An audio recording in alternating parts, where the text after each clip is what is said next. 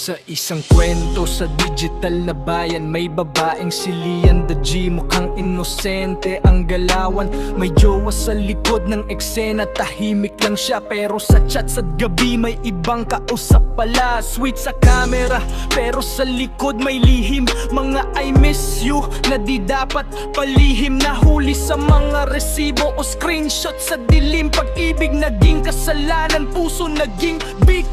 Habang ang totoo dahan-dahang lumalabas, may isang lalaking biglang sumulpot sa ulap. Hindi niya alam buong kwento sa likod, pero handa siyang lumaban kahit mali ang hawak. Pumasok si Lolo G, naka-armor na gawa sa pride. White knight daw pero di alam ang kabilang side. Pinagtanggol ang kasinungalingan, tinawag na love, habang ang katotohanan tinabunan ng glove. White knight, shining light, sa kwentong di kanya siyang bida sa mata.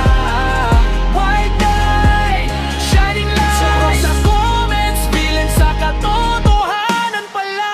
Si Lolo G palaging online, handang sumugod. Protect Lian the G kahit di alam ang ugat at ugod. Nagpost ng mahahabang salita, puno ng tapang, pero bawat depensa niya lalong lumalalim ang sugat. Hindi niya nakita yung luha sa likod ng screen.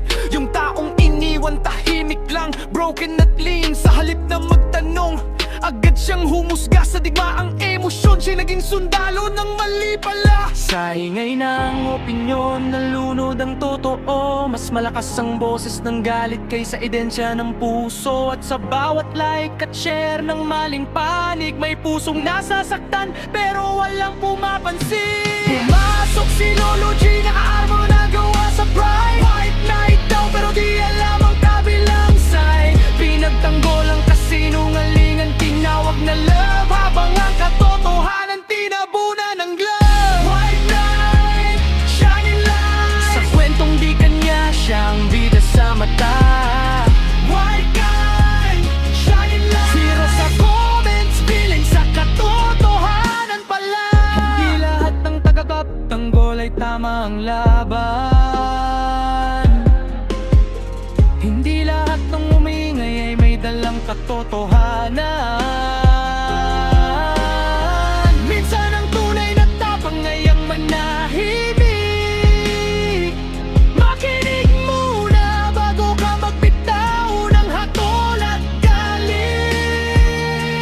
Si Lian the G, naiwan sa gitna ng gulo, kasalanan nagmultiply, wala nang takas sa anino. Ang white knight na pagod, armor nagsimulang mag-crack. Nang lumabas ang buong kwento, biglang umatras sa track. Natapos ang kwento, may mga pusong talo. Isang relasyon, isang ego, parehong wasak sa dulo. Sa social media, mabilis ang husga at tapoy, pero sa tunay na buhay may sugat na di kayang